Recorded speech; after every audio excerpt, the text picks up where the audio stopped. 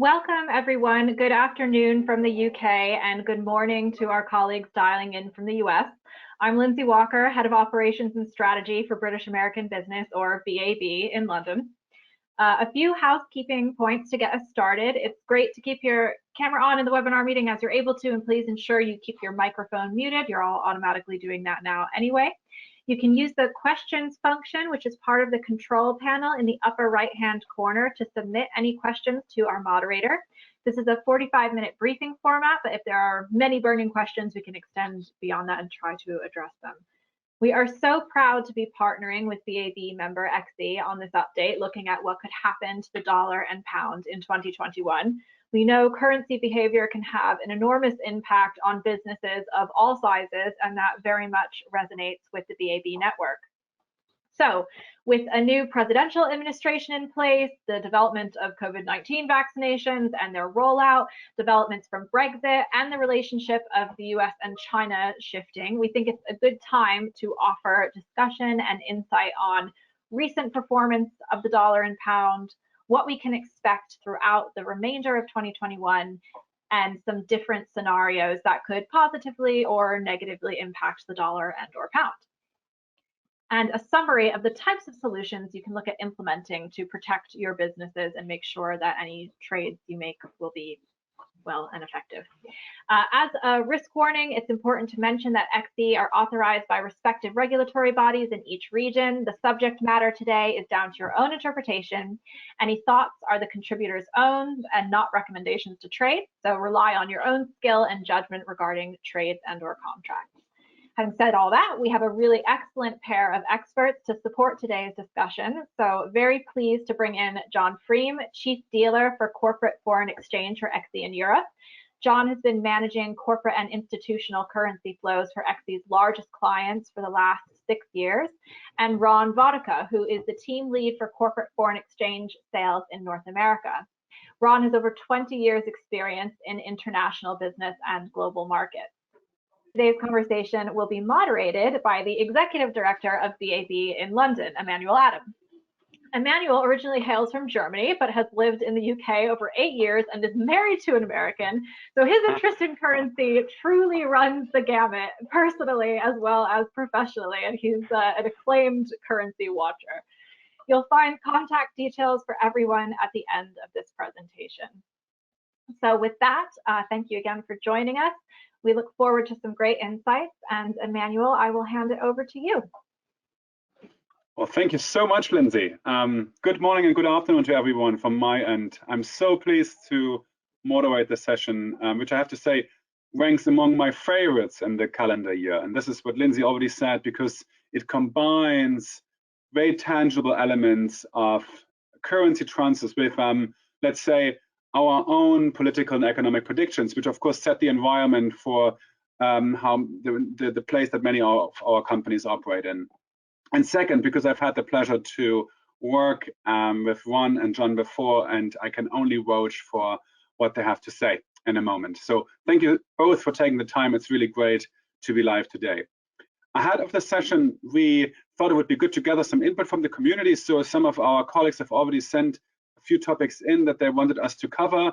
So what I've thought we would do is we would divide the session into 4 main discussion points, covering everything that we have seen before. We will look at the recent performance of the US dollar and the pound. Given that everything is China these days, we thought it would be good to have a look at the US-China relationship and how that impacts international currencies. Building on that, we thought we would give you, as we've done before in other webinars, an outlook for what we think is to come in 2021. And then, of course, at the end, last but not least, we will look at solutions that businesses ought to be looking into when they want to manage their risk and plan ahead. I have a few things prepared, but I may also jump back and forth a little bit depending on where the conversation goes. As Lindsay said, for our participants, if you have a question or comment, please use the comment section and submit those. We will weave them into the conversation if and when we can. And I think with that, I've done my intro part, and we can jump straight in to the first part of the conversation, which is looking at the US dollar and the pound. And before that, I thought it might be fun to start by looking at the predictions that we made last July 2020, when it comes to both. And just as a recap, Ron and John, we predicted in July last year that the dollar will remain stronger than the pound, and that the dollar is a safe bet for those who invest into currencies. We predicted that the pound will in fact struggle quite badly given Brexit, the UK's decision to leave the EU, and also the government's handling of the COVID crisis in 2020, that is. We also predicted, that's the third prediction that we made, that the conversion rate will remain largely the same, in fact, given that both sit in the same global context, i.e. COVID-19. So let's see where we are and look at this. One, if you don't mind, we kick off a view, particularly from a dollar perspective, but also with the context of those three predictions that we made last year. One, over to you. Great. Well, thank you, Emmanuel, and thank you, Lindsay. And perhaps maybe a little sheepish on our predictions last July. I don't think they always came out the way we expected. And Emmanuel, I'm feeling a little pressure now that I know your personal and professional life hinges on this. But I think the best way to sum up 2020 is to start with a visual. So I don't know if everybody can fully grasp this image that I've put in front of them, but it's a juxtaposition of the S&P 500, which is the benchmark US equity market index, and against the US dollar index. And it's important to see because I think one thing I did mention last July is the prevailing theme in 2020 was basically what people in our line of work call risk on versus risk off.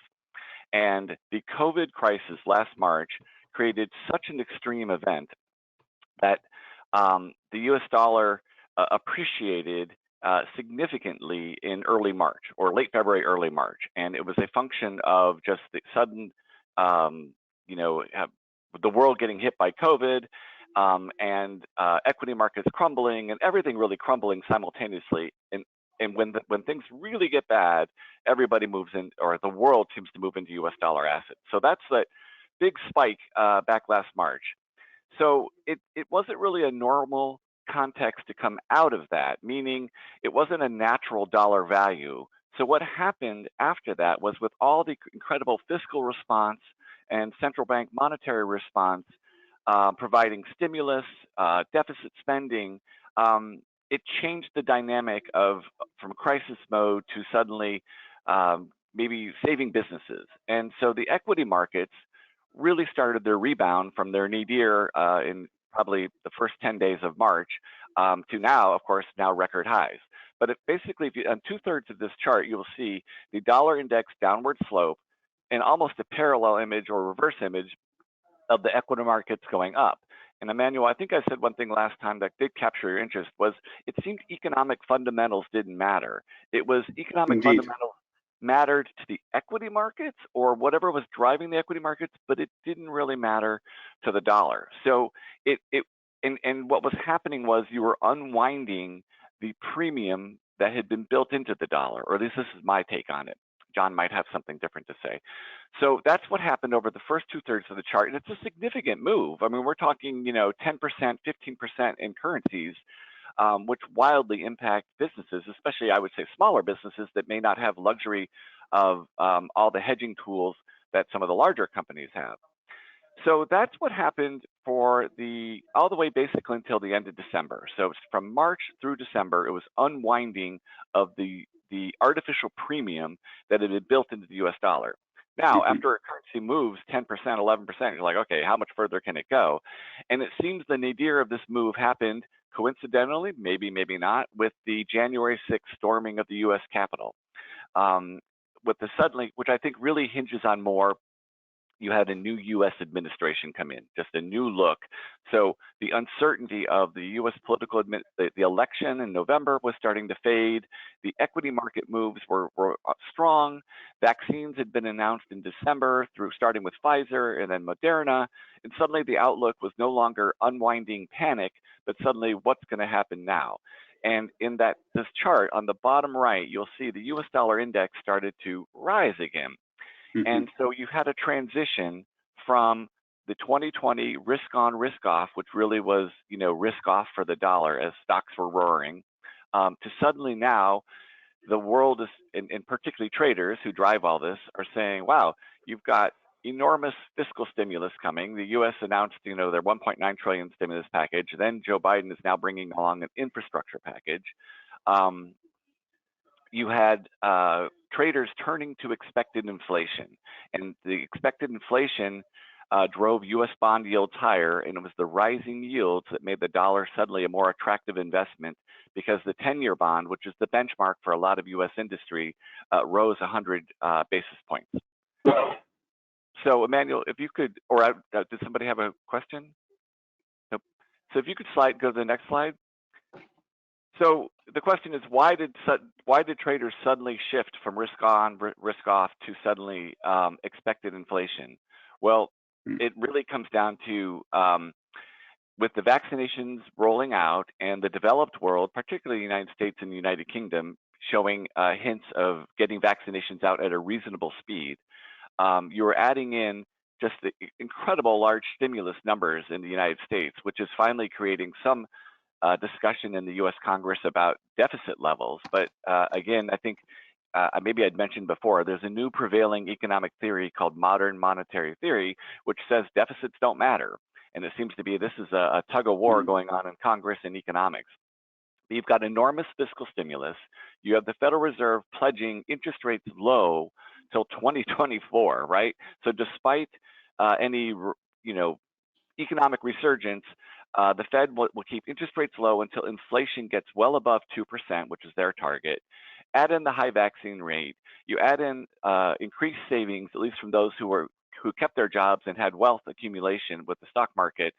And suddenly you have pent-up consumer demand, which is why I love the UK and United Kingdom and Americans seem to be, or the British and Americans seem to be identical.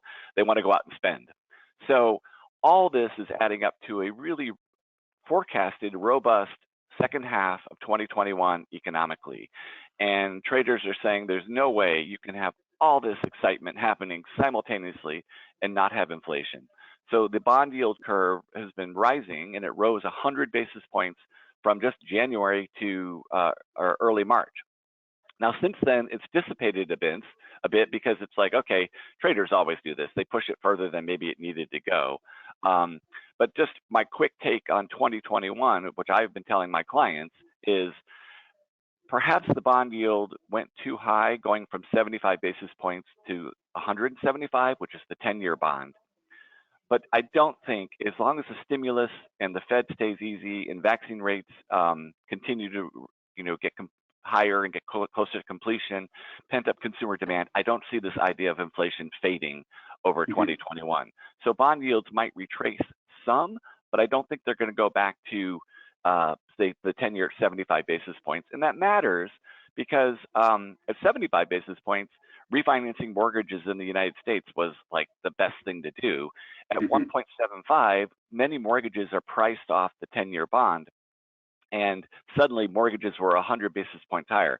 I don't think there's room for it to continue to go because you will kill aspects of the U.S. economy. Equity markets start to slip, and mortgages, suddenly these housing prices, which are quite lofty, can't be financed as easily when mortgages are 1.5% higher. So that's kind of my take for the U.S. dollar, Emmanuel, is that I think it will remain bid because as long as all these factors continue to go in a positive direction, I think bond yields will not be retracing. They'll remain strong. And if they continue to surge higher, it'll take the dollar with it. Thank you so much, Ron. That means so far we were largely right with our predictions, despite all the uncertainties around us. Let's see whether this is also true for the pound and to a certain extent also for the euro. John, let's hand over to you and get your perspective, and then we can compare your perspective, what we've just heard on the dollar. Thank you, Emmanuel. Yes, so we came out of our last webinar around July, August last year, and I think, the UK, we were coming out of lockdown, so they're starting to ease things. Eat out to help out schemes were coming through, and they were getting people out into restaurants and stuff. However, very quickly, September came and restrictions started coming back on again. And as far as our prediction was concerned, the pound against the US dollar had dropped from sort of the 132, 133 level when we were speaking to around 126.5 by September. Yes.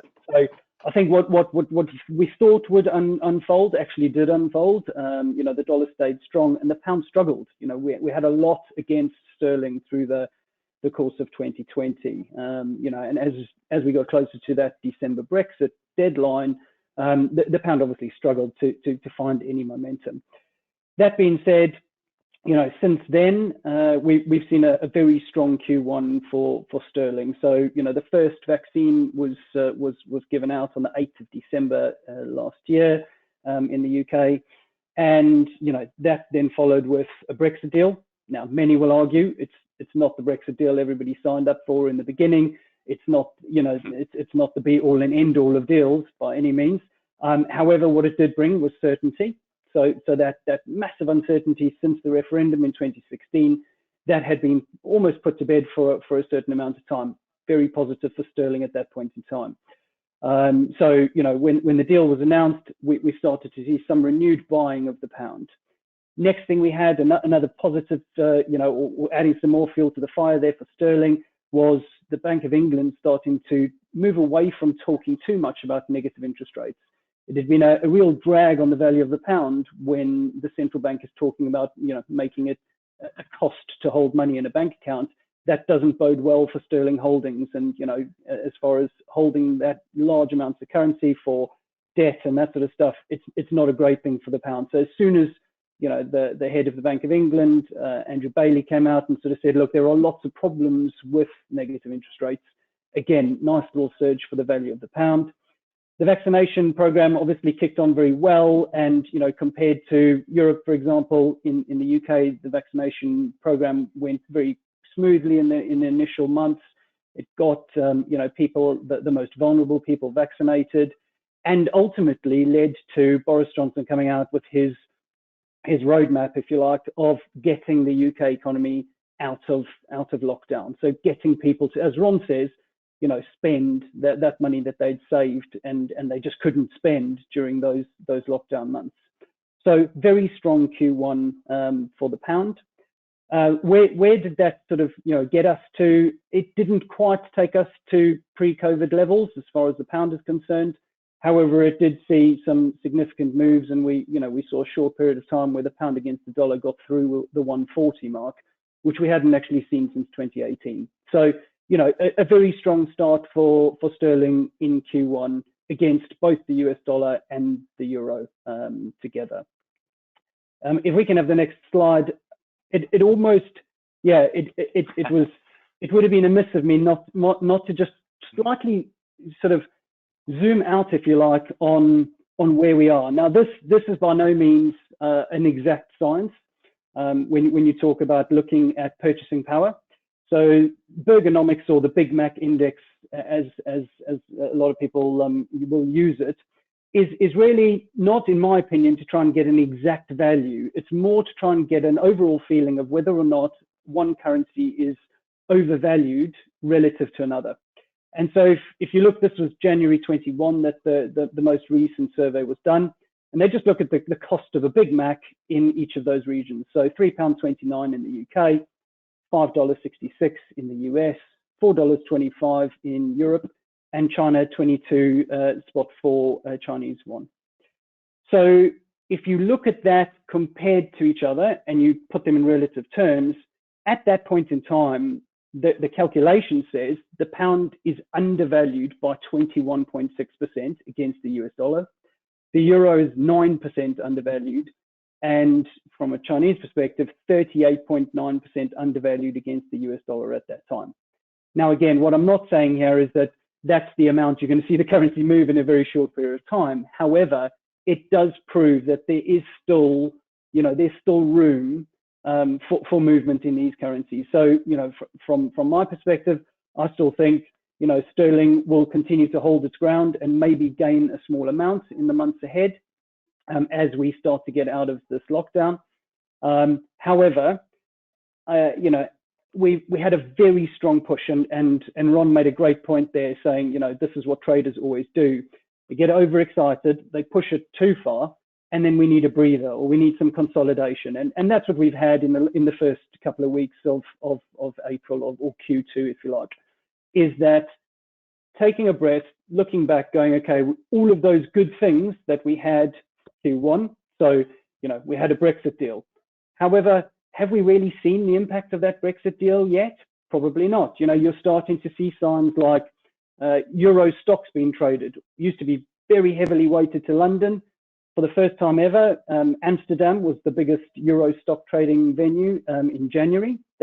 They more than quadrupled the volume from December to January on stocks being traded in Amsterdam. So that will have an impact. So we don't really know the full impact of Brexit yet. You know, the Bank of England, they obviously said no to negative interest rates at that point in time. However, again, Ron's alluded to, you know, the inflation concerns.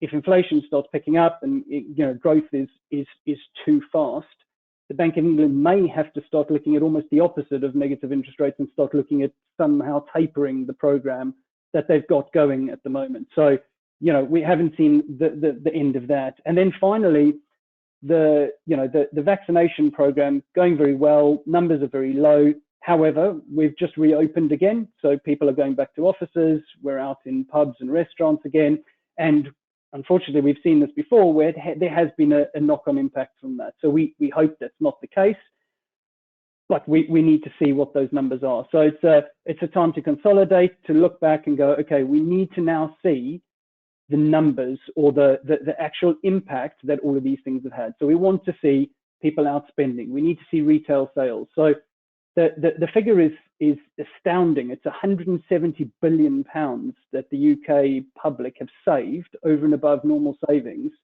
through the last 12 months of being in lockdown. That money is as Ron alluded to, it's pent up demand. They should come out and just start spending that money, and retail sales should go up. You know, the economy should be growing. These are all the great things that analysts and traders will be looking for now, is to see those numbers going up. And if they do, then, you know, all of that positive sentiment from Q1 should then kick on and see good results for sterling as we go ahead from here. Wow, fascinating. Thank you so much, John. And again, I think we were right to say the pound would struggle at first, but then, as you say, something really good happened in Q1.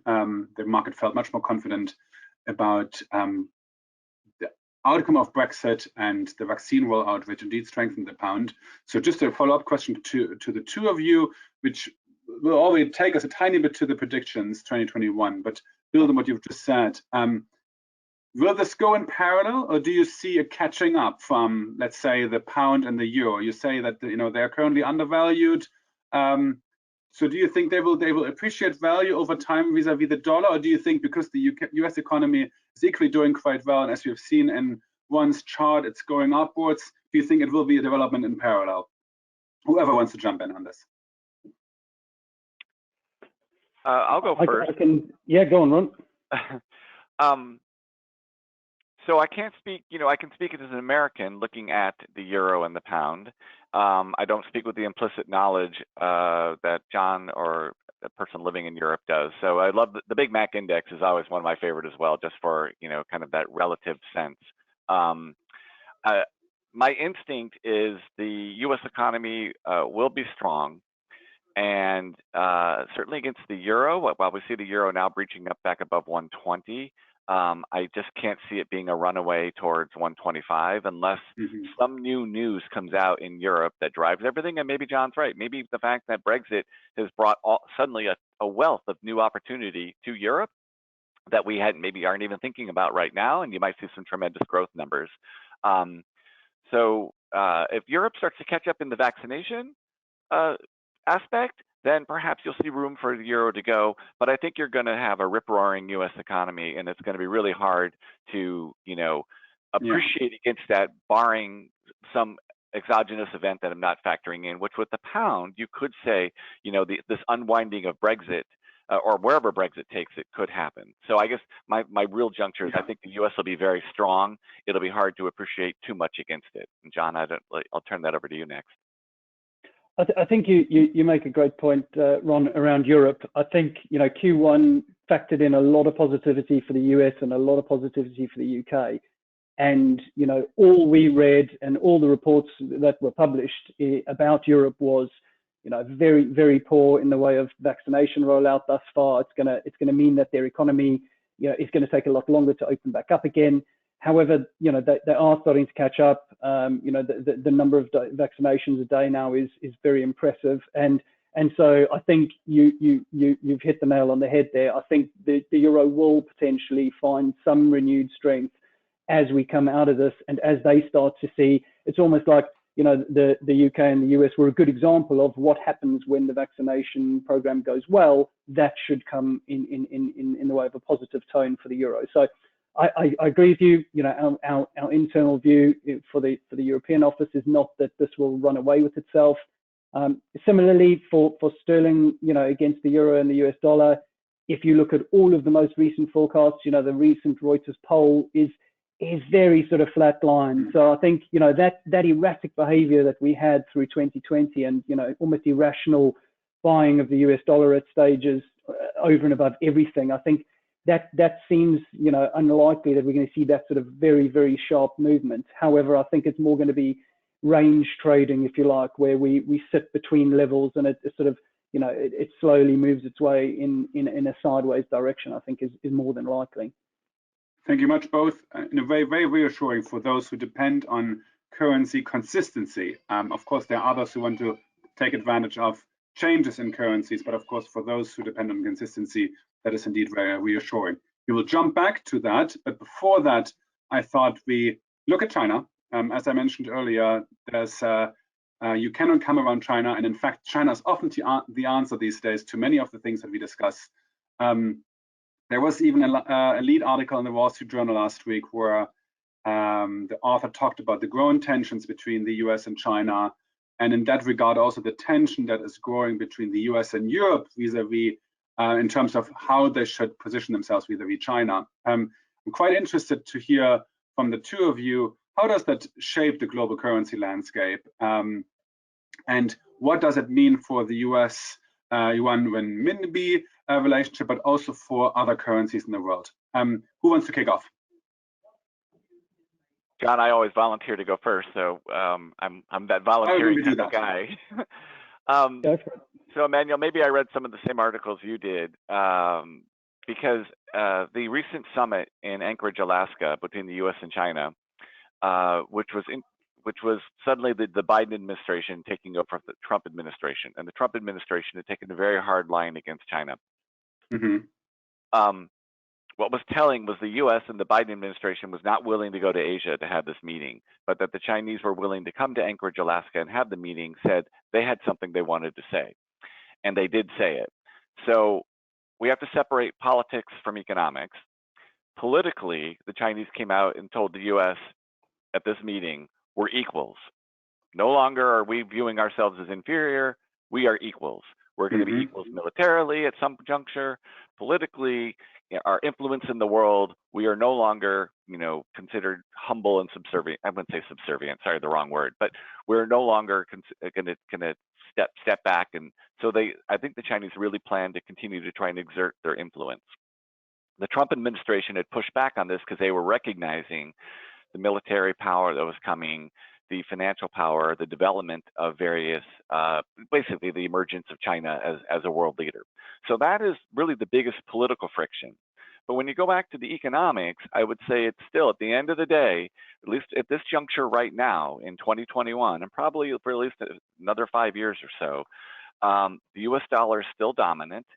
The economic ties between the US and China specifically, I speak for other parts of the world, are still very significant.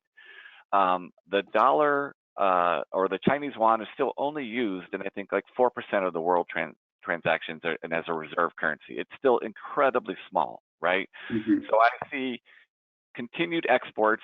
So what's this pent-up demand doing? Myself, I wanted an electric bike, right? Trying to get one at a shop in the United States is brutal because they're either slow on production coming out of China or they're stuck on boats and they're told, oh, you'll have it in like October. So there's all this pent-up demand, all these things. So I think there's still a very strong economic business relationship, at least in 21, probably 2022, 2023. Now, thinking back to the internet in 1999, this will probably start to fade, right? There'll be moments that the dollar is suddenly, is it going to be the fading currency? Perhaps over time, we'll see where it goes. People thought when the euro came out, would the dollar fade? Well, that didn't really happen. The euro certainly became the second currency of the world, but it certainly hasn't replaced the dollar. So the only real, I think, thing that's interesting, which people talk about, of course, there's Bitcoin, but the digital currency, the Chinese central bank has gone to a digital currency. But again, this is mostly for with intra-China, and other central banks are well along with their plans for a digital currency. So I would, when you see the headline, oh, China's got a digital currency, it's really they're trying to find a way to shake the US dollar, have their own domestic economy that's not going to be dollar functional. And there's a lot of work between Russia and China, I know, to create some trade between them. But again, on a relative basis, it's very small. And at the end of the day, the United States is still, and the dollar is still the most freely traded currency. And I just don't see all that fading away. So I guess I wanted to separate the politics, which is really interesting, versus the economics, that the trade is still happening. And I don't, you know, the Chinese have a vested interest too. They need their economy to grow. And it's consumer demand from the UK, Europe, and the US that lead that. So that's my take. Thank you so much. I just got an interesting question in, but before that, John, I hand over to you for your comments, and then I asked you the question that we received to you both. I think looking, you know, I don't have the insight that Ron does on the political stuff, and those numbers are very interesting. I think what does always interest me with this is more the currency war side of this, where actually, you know, both would be very happy if their currency remained weak, because that makes their product very, you know, very cheap around the world. So I think the interesting point here will be to see whether there is any manipulation of the value in currencies, and whether or not, you know, the Fed is right and they keep interest rates very low in the US and they keep pumping money in, and hopefully they can keep the dollar, you know, slowly but surely sort of weakening off, as you have seen against the pound, for example, over the last you know, X many months. I'd be interested to see, you know, seeing as the Chinese currency is obviously not exactly free floating, they're obviously, you know, they're trying to head towards that. But I think, you know, as long as there is always that intervention that happens there, I think this will have a significant impact on the FX markets going forward, because I think, you know, not just these two currencies, but everybody will be trying to use their currency. You know, this afternoon, Christine Lagarde at the European Central Bank's announcement of their interest rate decision, she had a press conference afterwards, and the first thing she mentioned in the press conference was the value of the euro. So the euro being very strong is impacting, you know, the big exporting countries from Europe, Germany, for example. It doesn't help them. So if their currency gets too strong, they will be looking at, you know, putting measures in place to remedy that. And so I think this will be an interesting theme that I think will start to build here, where as these economies around the globe start to come out of this recession or pandemic recession, it's how those currencies are going to be impacted, and how, you know, central banks and, you know, governments can impact those currencies to make their product, you know, cheap and more viable than the next door neighbor to try and sell their products, I think. Thank you so much, John. Let me jump in with that question that I just received. It's a really interesting one. So Patricia says she works for a smaller UK company that has a branch in the US, but also does business with China. They do a number of intercompany transactions when it comes to currencies. And they're wondering, it sounds straightforward, but maybe it's not. Would it make sense sometimes to transfer currency, for example, from the UK to the US, and then from the US to China, or directly from UK to the China?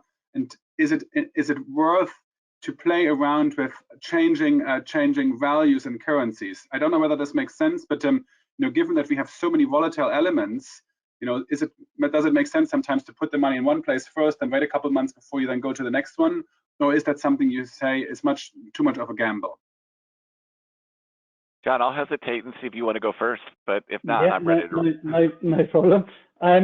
So, Emmanuel, we are risk managers by trade.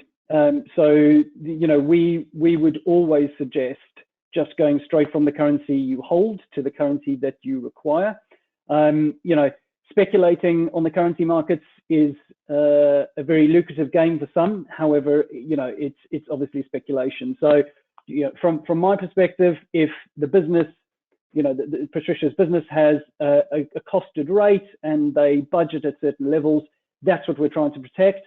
To then move from sterling to US, wait there, remember, you're losing transaction costs from one currency to another, and then again, so you're doubling your transaction costs. just as far as costs are concerned. Now, that's not a huge cost in this day and age, because currency is traded so widely. But I think more from a risk management perspective, if you know you're going to need renminbi or won at some point in the future, why buy the US dollar? You're risking, as Ron said earlier, some sort of event that we can't plan for, just happening while you're in the throes of moving it to the US dollar and then onwards. So from a risk perspective, I'd suggest we try and point our clients away from moving from one to the other, because you're taking on economic risk and that sort of stuff at the same time. Thank you. It's an important answer, because I remember, in fact, that this question, in similar ways, has come up several times before, ahead of the UK's departure from the EU and ahead of the referendum, where companies thought about, if I know that there's an event going to happen and it may have an impact on the currency, maybe I just put a ton of cash into a different place in case I need it a couple months later. And of course, it is a little bit of a gamble, from what I can gather right now from your comments. Would you agree, Ron? I think, sorry, before you say anything, Ron, I think if you're purely looking at reserves, currency reserves that the company actually has, and they're going to hold that for an extended period of time, then maybe we're talking about a different topic. But if it's an actual physical need to move the currency from one point to the other, then I'll stick by the comments made. So my 2 cents would echo what John just said about from a risk management perspective. If Emmanuel, the situation you just addressed, I think you're maybe thinking like 2016, the Brexit event happens, the pound falls, 10, 15% like overnight, and people kick themselves, or someone says, oh, I got really lucky. Yeah. I would think from a corporate perspective, you really need to work around your existing purchasing orders, business that you have rather than business that you think you will have. And like that Brexit event in 2016, it would be a bit speculative to do what you're describing. That, unfortunately, that's business risk, because doing nothing also maybe had a consequence. And I'm a guy who always says, well, just do half or something, but certainly that was, businesses would have to plan for a huge event like that and think about what might happen. But there is a bit of speculation in what you described of maybe putting in a bunch of reserves. Okay. But going back to China for just a second, so to add on to what John said is like, for that UK, for Patricia, I think, it depends if the Chinese customer or the supplier, most likely, wants dollars or Chinese yuan, right? So in the United States, we have and I live on the West Coast of the United States, a massive amount of trade with China or with Asia, but particularly China. So, Costco, Nike, all these companies, that do just large U.S. businesses doing Walmart with a ton of business with China, they predominantly do it in dollars. So I don't know if that UK supplier, Patricia's company, ultimately has to pay dollars. If she does, then she has a sterling US dollar trade. If she is going to pay Chinese yuan, then she has a sterling Chinese yuan or renminbi trade, and that can matter. And I have seen companies. So in the U.S., what I've seen in the West Coast, particularly companies out of Los Angeles area, is they're getting invoice in dollars from the Chinese supplier, but they'll send them Chinese yuan. So there are companies that I work with that are like, I don't care that they invoice me in dollars. I'm paying them the Chinese yuan equivalent, and there can be a bit of a game, I guess you could say, from the corporate perspective. Is that dollar price padded? So what I have said to our customers is get a dual invoice, get a renminbi invoice or a Chinese yuan invoice, and get a dollar invoice, and see which one's better for you. Or try and negotiate a price in Chinese yuan that's better than the dollar price that they're giving you.